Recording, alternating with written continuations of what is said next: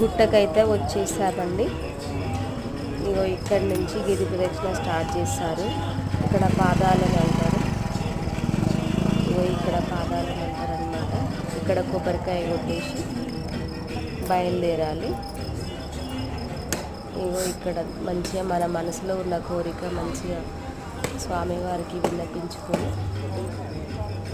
ఇక్కడ నుంచి కొబ్బరికాయ కొట్టి బయలుదేరాలి. ఇది పాదాలు.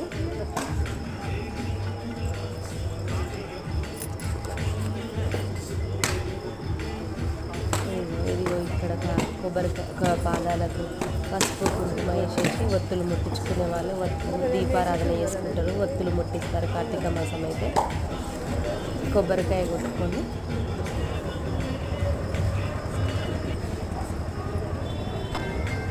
కొబ్బరికాయ అయితే కొట్టుకోవాలండి. అగరబత్తి